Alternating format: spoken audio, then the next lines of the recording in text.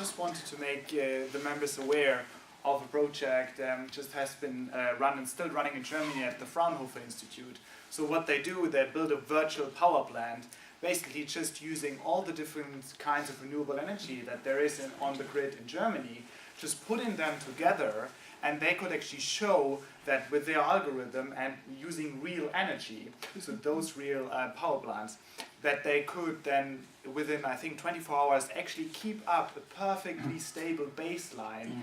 And so no need for fossil fuels for big power plants. We use the small production plants of biomass, solar, all the renewables, put them together in a clever way, and it's working. So you don't necessarily even need storage and battery for that. If you have a grid and if you have a decentralized system, that is enough actually to provide the baseline and provide enough energy. So I think we can invest quite a lot in storage, but investing in like a grid and also like in the ideas behind is the way to go forward. Fantastic, and as I was saying, if we're on, that does round of applause that. But those of you who want to sign up to the Facebook page, you can link on articles and the updates and that, and then we can all become more informed and share things when we're not at conference together. Now I am coming to everyone who put their hands up before. Did you stand up? I'm not quite certain. Could you speak up really loud? I'm not quite certain whether I'm on the right track, but I just wanted to ask a question. A lot of people complain about wind farms because they spoil the views and all that type of thing, which I partly agree.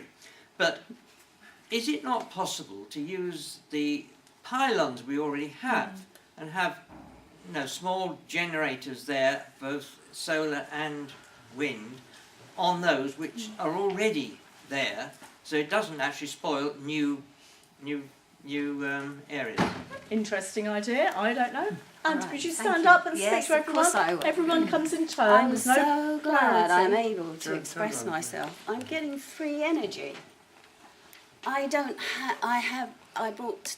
I know I paid 12,000 for them, but I You've got your have back to everyone. Can you turn around and see everyone? That's I have PV tiles.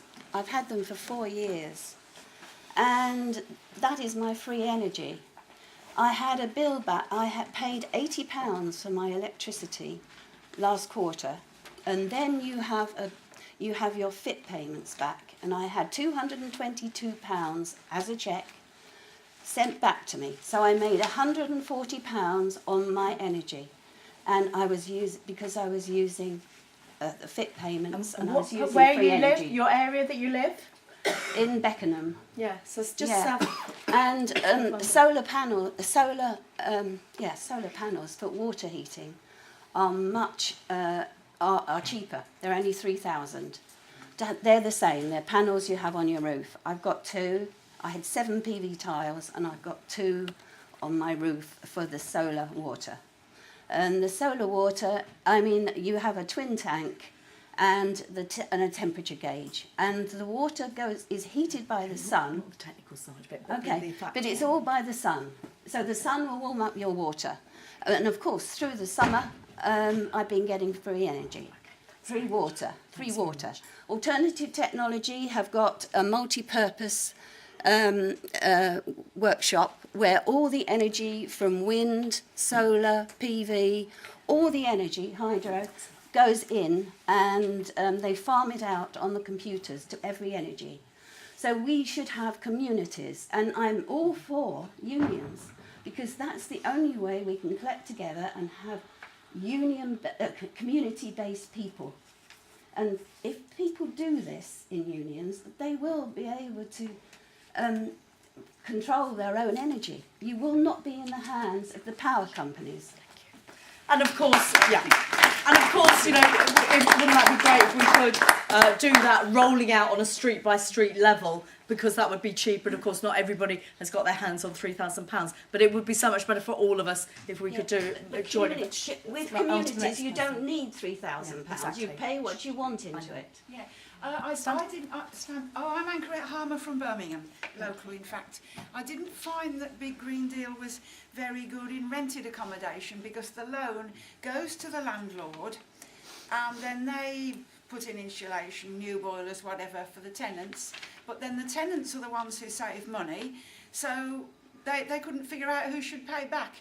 that the tenants, because they'd made the money but it wasn't their debt, and the landlord didn't want to anyway, so it was we didn't get it in the end. But Well, you're talking about the government, the current government's Green Deal, aren't you? Yeah. I thought there was only one. Yeah. No, well, this is about party policy. It's not the same as the Green New Deal that I was talking about I earlier. thought it No, was. but that's why I thought this discussion could go off and then we've got all the big wide issues. We've got saving the planet from being, reduced down to only small bits of habitation and not much agriculture, to the very domestic details of how we fit out and have enough water to wash under our armpits at least once a week. So there's a whole range of issues with energy to be talked. Right, I'm going to come round again for another set of questions. Right at the back there, if you'd like to stand up. Shout if you can. Really? Yeah? Quite loud. No, but No, you're not. so David Thomas from Do not Green. want to listen. Shh. Lee. No.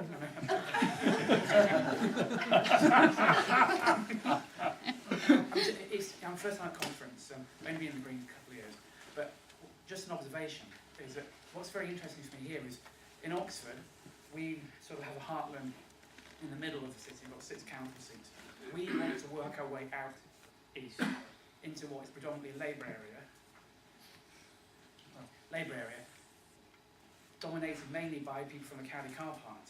Now Green are seen as not very business savvy, and our green policies put their jobs at risk.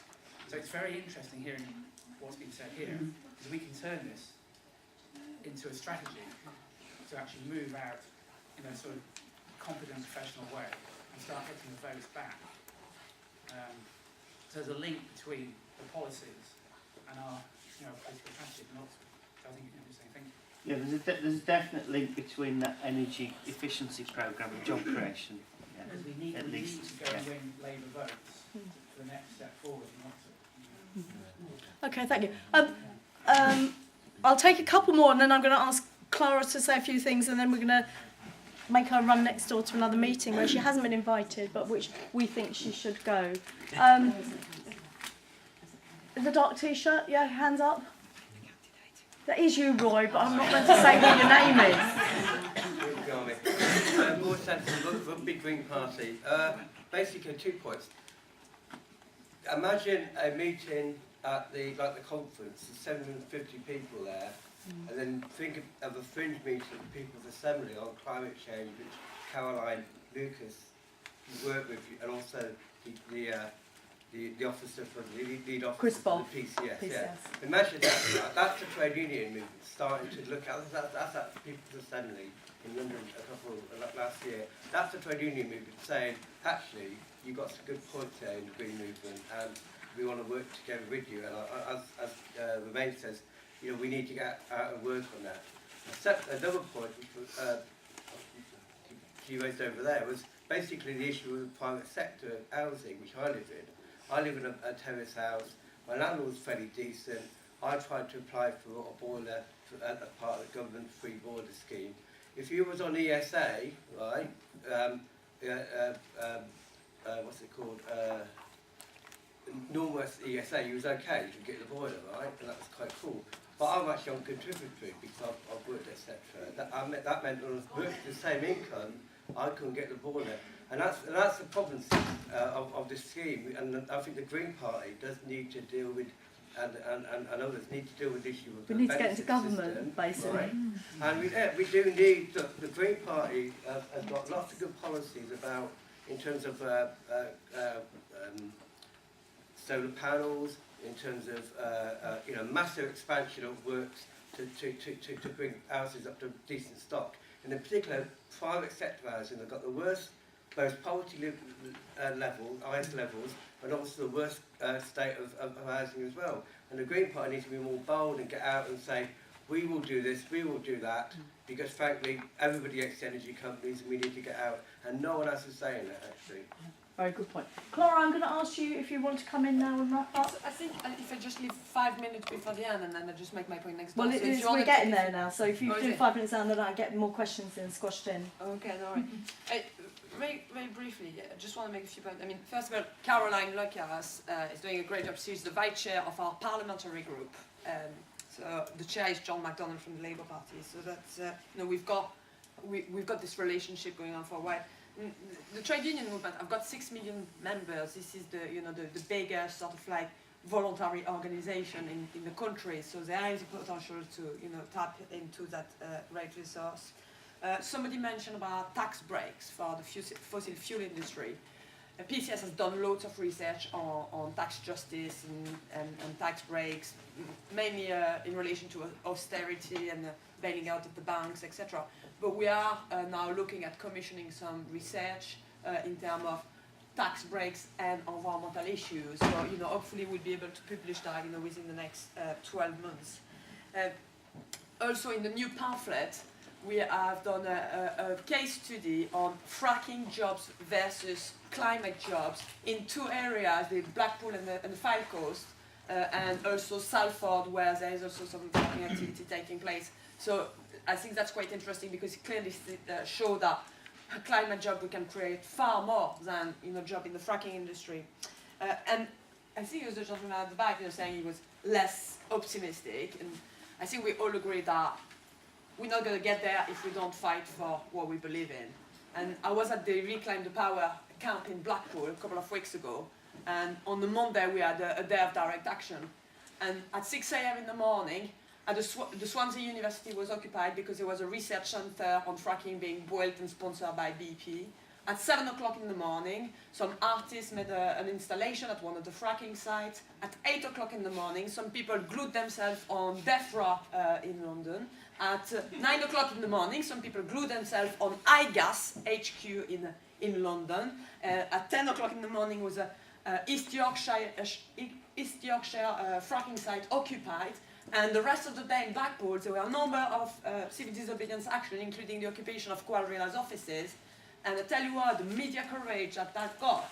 And this type of action, sometimes we have to take them. It's good to campaign a trade union movement in political parties.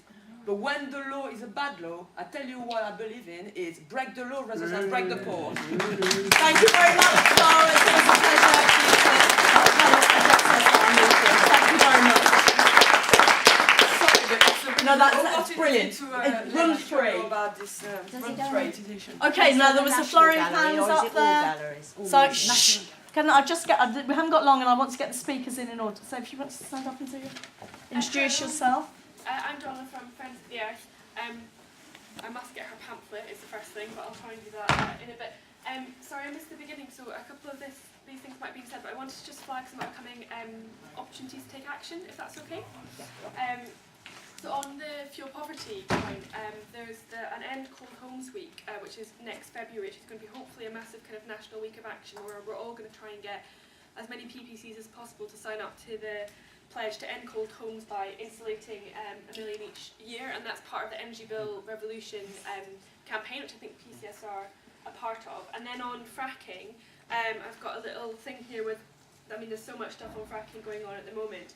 I'm sure you all know about the 21st of September People's March Against Climate Change already, but there's also going to be, on the same day in Manchester, a rally against fracking in the city centre. And on the 28th, which is the lobby of the Labour Party conference. Exactly, yeah. And then on the 28th of September, outside Conservative Party conference, please join us to tell the Tories no to fracking, and there's going to be quite a creative protest there, which we would love you all to come along to as well. But just on the whole jobs thing, there's also going to be a new report coming out on how energy efficiency will essentially be better for the economy than almost anything else you can do in a few weeks' time. So look out for that. But it's clearly the please get on the GPTU list and get onto the Facebook sites and post all the little updates on that, and everybody else, let's get on there and keep in touch that way. Right, if we can, yes, stand up. Lord, nobody's mentioned the relevance of the citizens' income to That's what we have you for, Clive. I do it whenever I can. Well, the thing is, I'm hard of hearing. If somebody's mentioned it, I've missed it. But not the same way that you. Just in a nutshell, it gives everybody enough so that there's nobody anywhere needs to suffer from severe poverty, but it encourages everybody to use as little as possible. Excellent, absolutely.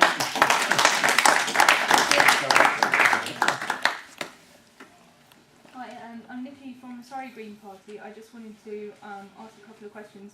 Now, have we, as the Green Party, pledged formal support for the 1 million climate jobs campaign? Yes. Yeah. Excellent. And secondly, how do we convince trade unions to stop giving money to Labour and give it to us? I'm on that. That's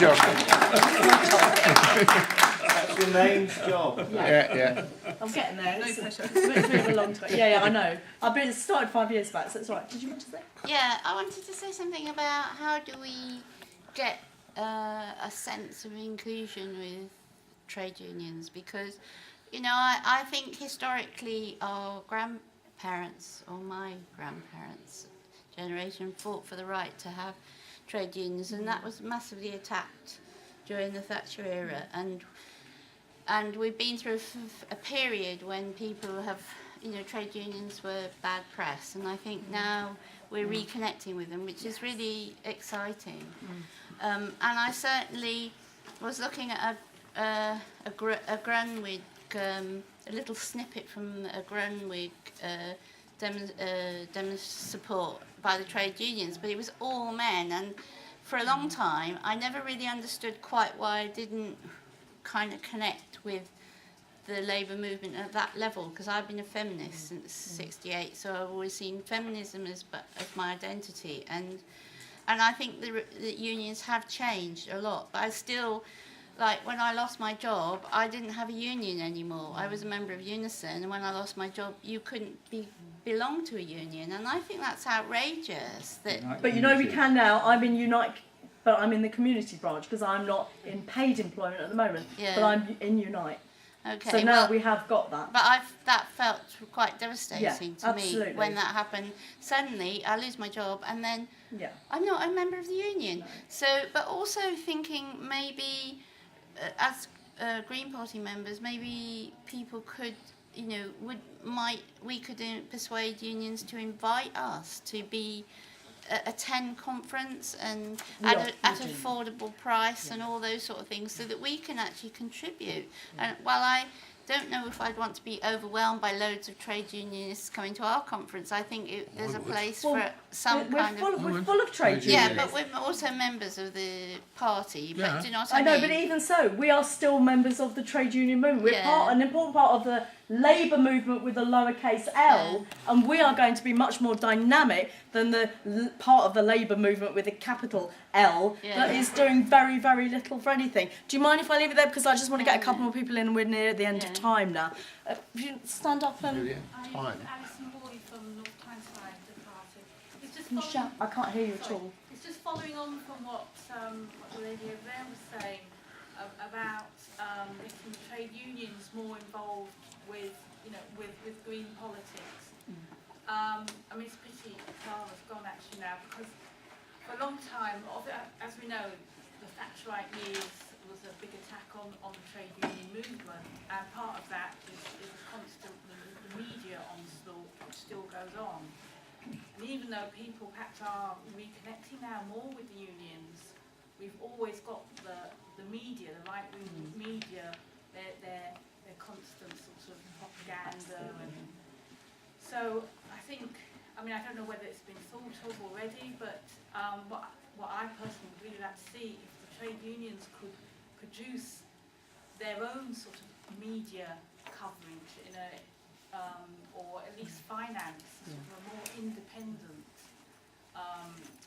you know, away from the We have it on GPT blog. and also try and include so the green movement can also get involved with that as well.